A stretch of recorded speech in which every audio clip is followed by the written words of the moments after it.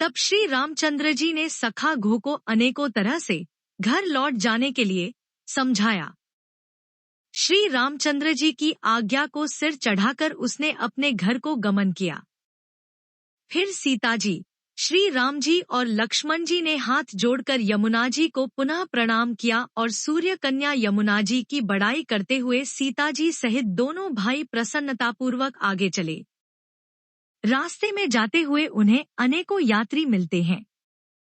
वे दोनों भाइयों को देखकर उनसे प्रेम पूर्वक कहते हैं कि तुम्हारे सब अंगों में राज चिन्ह देखकर हमारे हृदय में बड़ा सोच होता है। ऐसे राज चिन्हों के होते हुए भी तुम लोग रास्ते में पैदल ही चल रहे हो। इससे हमारी समझ में आता है कि ज्योतिष शास्त्र झूठा ही है। भारी जंगल और बड़े बड़े पहाड़ों का दुर्गम रास्ता है। इस पर तुम्हारे साथ सुकुमारी स्त्री है। हाथी और सिंहों से भरा यह भयानक वन देखा तक नहीं जाता। यदि आज्ञा हो तो हम साथ चलें। आप जहां तक जाएंगे वहां तक पहुंचाकर फिर आपको प्रणाम करके हम लौट आवेंगे। इस प्रकार वे यात्री प्रेमवश पुलकित शरीर हो और नेत्रों में प्रेमाश्रुओं का जल भरकर पूछते हैं, किंतु कृपा के समुद्र श्री रामचंद्र जी कोमल विनययुक्त वचन कहकर उन्हें लौटा देते हैं। जो गांव और पूर्वे रास्ते में बसे हैं, नागों और देवताओं के नगर उनको देखकर प्रशंसा पूर्वक ईर्ष्या करते और ललचाते हुए कहते हैं कि किस पुण्यवान ने किस शुभ घड़ी में इनको बसाया था, जो आज ये इतने धन्य और पुण्यमय तथा परम सुंदर हो रहे हैं। जहां जहां श्री रामचंद्र जी के चरण चले जाते हैं, उनके समान इंद्र की पूरी अमरावती भी नहीं है। रास्ते के समीप बसने वाले भी बड़े पुण्यात्मा हैं। स्वर्ग में रहने वाले देवता भी उनकी सराहना करते हैं। जो नेत्र भरकर सीता जी और लक्ष्मण जी सहित घनश्याम श्री राम जी के दर्शन करते हैं, जिन तालाबों और नदियों में श्री राम जी स्नान कर लेते हैं, देवसरोवर और देवंदिया भी उनकी बड़ाई करती हैं। जिस वृक्ष के नीचे प्रभु जा बैठते हैं, कल्प वृक्ष भी उसकी बड़ाई करते हैं। श्री रामचंद्र जी के चरण कमलों की रज का स्पर्श करके पृथ्वी अपना बड़ा सौभाग्य मानती है। रास्ते में बादल छाया करते हैं और देवता फूल बरसाते और सिहाते हैं। पर्वत, वन और पशु पक्षियों को देखते हुए श्री राम जी रास्ते में चले जा रहे हैं। सीता जी और लक्ष्मण जी सहित श्री रघुनाथ जी जब किसी गांव के पास जा निकलते हैं, तब उनका आना सुनते ही बालक बूढ़े स्त्री पुरुष सब अपने घर और कामकाज को भूलकर तुरंत उन्हें देखने के लिए चल देते हैं। श्री राम, लक्ष्मण और सीता जी का रूप देखकर नेत्रों का परम फल पाकर वे सुखी होते हैं। दोनों भाइयों को देखकर सब प्रेमानंद में मग्न हो गए। उनके नेत्रों में जल भर आया और शरीर पुलकित हो गए। उनकी दशा वर्णन नहीं की जाती। मानो दरिद्रों ने चिंतामणि की ढेरी पाली हो। वे एक एक को पुकारकर सीख देते हैं कि इसी क्षण नेत्रों का लाभ ले लो। कोई श्री रामचंद्र जी को देखकर ऐसे अनुराग में भर गए हैं कि वे उन्हें देखते हुए उनके साथ लगे चले जा रहे हैं। कोई नेत्र मार्ग से उनकी छवि को हृदय में लाकर शरीर, मन और श्रेष्ठ वाणी से शिथिल हो जाते हैं, अर्थात उनके शरीर, मन और वाणी का व्यवहार बंद हो जाता है। कोई बड़ की सुंदर छाया देखकर वहां नरम घास और पत्ते बिछाकर कहते हैं कि क्षण भर यहाँ बैठकर थकावट मिटा लीजिए, फिर चाहे अभी चले जाइएगा, चाहे सवेरे। कोई घड़ा भरकर पानी ले आते हैं और कोमल वाणी से कहते हैं, नाथ आचमन तो कर लीजिए। उनके प्यारे वचन सुनकर और उनका अत्यंत प्रेम देखकर दयालु और परम सुशील श्री रामचंद्र जी ने मन में सीता जी को थकी हुई जानकर घड़ी भर बड़ की छाया में विश्राम किया। स्त्री पुरुष आनंदित होकर शोभा देखते हैं। अनुपम रूप ने उनके नेत्र और मनों को लुभा लिया है। सब लोग टकटकी लगाए श्री रामचंद्र जी के मुख चंद्र को चकोर की तरह तन्मय होकर देखते हुए चारों ओर सुशोभित हो रहे हैं। श्री राम जी का नवीन तमाल वृक्ष के रंग का श्याम शरीर अत्यंत शोभा दे रहा है जिसे देखते ही करोड़ों कामदेवों के मन मोहित हो जाते हैं। बिजली के से रंग के लक्ष्मण जी बहुत ही भले मालूम होते हैं। वे नख से शिखा तक सुंदर हैं और मन को बहुत भाते हैं। दोनों मुनियों के वलकल आदि वस्त्र पहने हैं और कमर में तरकस कसे हुए हैं। कमल के समान हाथों में धनुषबाण शोभित हो रहे हैं। उनके सिरों पर सुंदर जटाओं के मुकुट हैं। वक्षा स्थल, भुजा और नेत्र विशाल हैं और शरद पूर्णिमा के चंद्रमा के समान सुंदर मुखों पर पसीने की बूंदों का समूह शोभित हो रहा है। उस मनोहर जोड़ी का वर्णन नहीं किया जा सकता, क्योंकि शोभा बहुत अधिक है और मेरी बुद्धि थोड़ी है। श्री राम, लक्ष्मण और सीता जी की सुंदरता को सब लोग मन, चित्त और बुद्धि तीनों को लगाकर देख रहे हैं। प्रेम के प्यासे वे गांवों के स्त्री पुरुष इनके सौंदर्य माधुर्य की छटा देखकर ऐसे थकित रह गए जैसे दीपक को देखकर हिरनी और हिरन निस्तब्ध रह जाते हैं। गांवों की स्त्रियां सीता जी के पास जाती हैं, परंतु अत्यंत स्नेह के कारण पूछते सकुचाती हैं। बार बार सब उनके पांव लगती और सहज ही सीधे साधे कोमल वचन कहती हैं, हे राजकुमारी, हम विनती करती, कुछ निवेदन करना चाहती हैं, परंतु स्त्री स्वभाव के कारण कुछ पूछते हुए डरती हैं। हे स्वामिनी, हमारी ढिठाई क्षमा कीजिएगा और हमको गवारी जानकर बुरा न मानिएगा। ये दोनों राजकुमार स्वभाव से ही लावण्यमय, परम सुंदर हैं। मरकतमणि, पन्ने और सुवर्ण ने कांति इन्हीं से पाई है, अर्थात मरकतमणि में और स्वर्ण में जो हरित और स्वर्ण वर्ण की आभा है, वह इनकी हरिताभ नील और स्वर्ण कांति के एक कण के बराबर भी नहीं है। श्याम और गौर वर्ण है, सुंदर किशोर अवस्था है, दोनों ही परम सुंदर और शोभा के धाम हैं। शरद पूर्णिमा के चंद्रमा के समान इनके मुख और शरद ऋतु के कमल के समान इनके नेत्र हैं। हे सुमुखी, कहो तो अपनी सुंदरता से करोड़ों कामदेवों को लजाने वाले ये तुम्हारे कौन हैं? उनकी ऐसी प्रेम में सुंदर वाणी सुनकर सीता जी सकुचा गईं और मन ही मन मुस्कुराईं। उत्तम गौर वर्ण वाली सीता जी उनको देखकर संकोचवश पृथ्वी की ओर देखती हैं। वे दोनों ओर के संकोच से सकुचा रही हैं, अर्थात न बताने में ग्राम की स्त्रियों को दुहक होने का संकोच है और बताने में लज्जा रूप संकोच। हिरन के बच्चे के सदृश नेत्र वाली और कोकिल की सी वाणी वाली सीता जी सकुचाकर प्रेम सहित मधुर वचन बोली। ये जो सहज स्वभाव, सुंदर और गोरे शरीर के हैं, उनका नाम लक्ष्मण है। ये मेरे छोटे देवर हैं।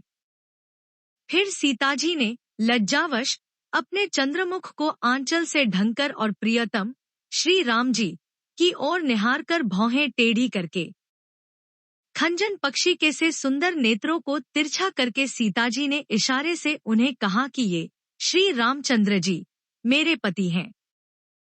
यह जानकर गांव की सब युवती स्त्रियां इस प्रकार आनंदित हुईं, मानो कंगालों ने धन की राशियां लूट ली हों।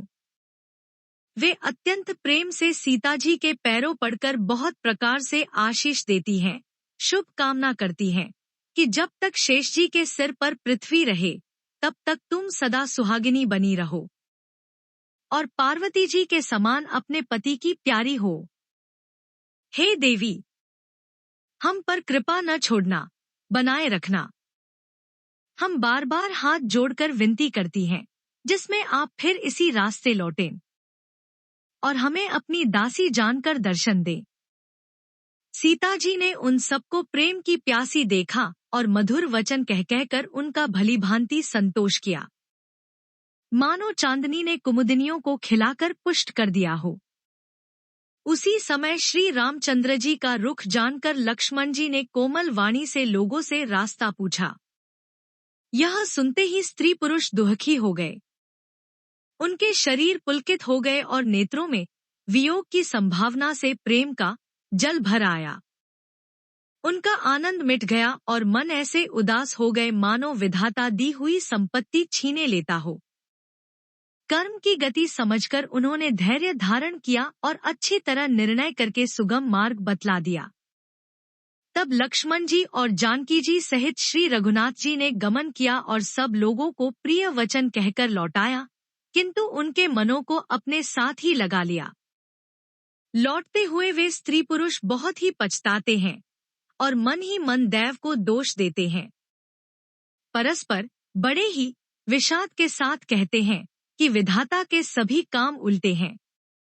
वह विधाता बिल्कुल निरंकुश, स्वतंत्र, निर्दय और निडर है, जिसने चंद्रमा को रोगी, घटने बढ़ने वाला और कलंकी बनाया, कल्पवृक्ष को पेड़ और समुद्र को खारा बनाया। उसी ने इन राजकुमारों को वन में भेजा है। जब विधाता ने इनको वनवास दिया है, तब उसने भोगविलास व्यर्थ ही बनाए। जब ये बिना जूते के नंगे ही पैरों रास्ते में चल रहे हैं, तब विधाता ने अनेकों वाहन सवारियां व्यर्थ ही रचे। जब ये कुश और पत्ते बिछाकर जमीन पर ही पड़े रहते हैं, तब विधाता सुंदर सेज, पलंग और बिछौने किस लिए बनाता है? विधाता ने जब इनको बड़े बड़े पेड़ों के नीचे का निवास दिया, तब उज्जवल महलों को बना कर उसने व्यर्थ ही परिश्रम किया। जो ये सुंदर और अत्यंत सुकुमार होकर मुनियों के वल्कल वस्त्र पहनते और जटा धारण करते हैं, तो फिर करतार विधाता ने भांति भांति के गहने और कपड़े वृथा ही बनाए। जो ये कंद, मूल, फल खाते हैं, तो जगत में अमृत आदि भोजन व्यर्थ ही हैं। कोई एक कहते हैं, ये स्वभाव से ही सुंदर हैं, इनका सौंदर्य माधुर्य नित्य और स्वाभाविक है। ये अपने आप प्रकट हुए हैं, ब्रह्मा के बनाए नहीं हैं। हमारे कानों, नेत्रों और मन के द्वारा अनुभव में आने वाली विधाता की करनी को जहाँ तक वेदों ने वर्णन करके कहा है, वहाँ तक 14 लोकों में ढूंढ देखो, ऐसे पुरुष और ऐसी स्त्रियां कहाँ हैं? कहीं भी नहीं है। इसी से सिद्ध है कि ये विधाता के 14 लोकों से अलग हैं और अपनी महिमा से ही आप निर्मित हुए हैं। इन्हें देखकर विधाता का मन अनुरक्त, मुग्ध हो गया। तब वह भी इन्हीं की उपमा के योग्य दूसरे स्त्री पुरुष बनाने लगा। उसने बहुत परिश्रम किया, परंतु कोई उसकी अटकल में ही नहीं आए, पूरे नहीं उतरे। इसी ईर्ष्या के मारे उसने इनको जंगल में लाकर छिपा दिया है। कोई एक कहते हैं, हम बहुत नहीं जानते। हाँ, अपने को परम धन्य अवश्य मानते हैं, जो इनके दर्शन कर रहे हैं, और हमारी समझ में वे भी बड़े पुण्यवान हैं, जिन्होंने इनको देखा है, जो देख रहे हैं और जो देखेंगे। इस प्रकार प्रिय वचन कह कहकर सब नेत्रों में प्रेमाश्रुओं का जल भर लेते हैं और कहते हैं कि ये अत्यंत सुकुमार शरीर वाले दुर्गम, कठिन मार्ग में कैसे चलेंगे।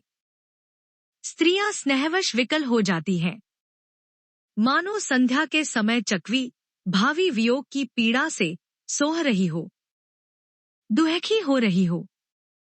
इनके चरण कमलों को कोमल तथा मार्ग को कठोर जानकर वे व्यथित हृदय से उत्तम वाणी कहती हैं। इनके कोमल और लाल लाल चरणों, तलवों को छूते ही पृथ्वी वैसे ही सकुचा जाती है, जैसे हमारे हृदय सकुचा रहे हैं। जगदीश्वर ने यदि इन्हें वनवास ही दिया, तो सारे रास्ते को पुष्पमय क्यों नहीं बना दिया। यदि ब्रह्मा से मांगे मिले तो हे सखी, हम तो उनसे मांग कर इन्हें अपनी आंखों में ही रखें। जो स्त्री पुरुष इस अवसर पर नहीं आए, वे श्री सीताराम जी को नहीं देख सके। उनके सौंदर्य को सुनकर वे व्याकुल होकर पूछते हैं कि भाई, अब तक वे कहाँ तक गए होंगे? और जो समर्थ हैं, वे दौड़ते हुए जाकर उनके दर्शन कर लेते हैं और जन्म का परम फल पाकर विशेष आनंदित होकर लौटते हैं। गर्भवती, प्रसूता आदि अबला स्त्रियां, बच्चे और बूढ़े दर्शन न पाने से हाथ मलते और पछताते हैं। इस प्रकार जहां जहां श्री रामचंद्र जी जाते हैं, वहां वहां लोग प्रेम के वश में हो जाते हैं। सूर्यकुल रूपी कुमुदिनी को प्रफुल्लित करने वाले चंद्रमा स्वरूप श्री रामचंद्र जी के दर्शन कर गांव गांव में ऐसा ही आनंद हो रहा है। जो लोग वनवास दिए जाने का कुछ भी समाचार सुन पाते हैं, वे राजा रानी दशरथ कैकेयी को दोष लगाते हैं। कोई एक कहते हैं कि राजा बहुत ही अच्छे हैं, जिन्होंने हमें अपने नेत्रों का लाभ दिया। स्त्री पुरुष सभी आपस में सीधी स्नेहभरी सुंदर बातें कह रहे हैं।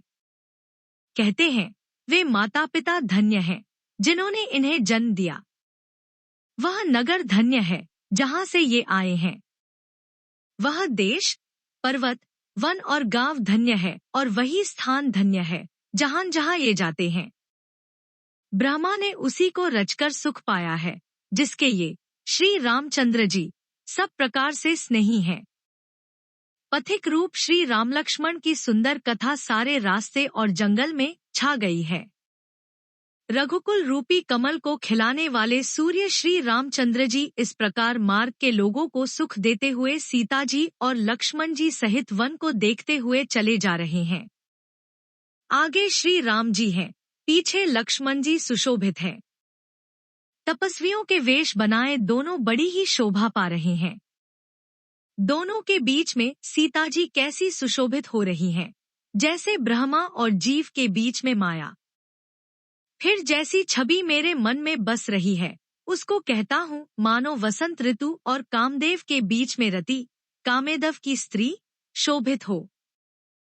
फिर अपने हृदय में खोजकर उपमा कहता हूँ कि मानो बुध चंद्रमा के पुत्र और चंद्रमा के बीच में रोहिणी चंद्रमा की स्त्री सोह रही हो। प्रभु श्री रामचंद्र जी के जमीन पर अंकित होने वाले दोनों चरण चिन्हों के बीच बीच में पैर रखती हुई सीता जी कहीं भगवान के चरण चिन्हों पर पैर न टिक जाए इस बात से डरती हुई मार्ग में चल रही हैं, और लक्ष्मण जी मर्यादा की रक्षा के लिए सीता जी और श्री रामचंद्र जी दोनों के चरण चिन्हों को बचाते हुए दाहिने रखकर रास्ता चल रहे हैं। श्री राम जी, लक्ष्मण जी और सीता जी की सुंदर प्रीति वाणी का विषय नहीं है, अर्थात अनिर्वचनीय है, अतः वह कैसे कही जा सकती है। पक्षी और पशु भी उस छवि को देखकर प्रेमानंद में मग्न हो जाते हैं। पथिक रूप श्री रामचंद्र जी ने उनके भी चित्त चुरा लिए हैं। प्यारे पथिक सीता जी सहित दोनों भाइयों को जिन जिन लोगों ने देखा, उन्होंने भव का अगम मार्ग, जन्म मृत्यु रूपी संसार में भटकने का भयानक मार्ग बिना ही परिश्रम आनंद के साथ तय कर लिया, अर्थात वे आवागमन के चक्र से सहज ही छूटकर मुक्त हो गए। आज भी जिसके हृदय में स्वप्न में भी कभी लक्ष्मण, सीता, राम तीनों बटोही आ बसें, तो वह भी श्री राम जी के परमधाम के उस मार्ग को पा जाएगा, जिस मार्ग को कभी कोई बिरले ही मुनि पाते हैं। तब श्री रामचंद्र जी सीता जी को थकी हुई जानकर और समीप ही एक बड़ का वृक्ष और ठंडा पानी देखकर उस दिन वहीं ठहर गए। कंद, मूल, फल खाकर रात भर वहां रहकर प्रातःकाल स्नान करके श्री रघुनाथ जी आगे चले।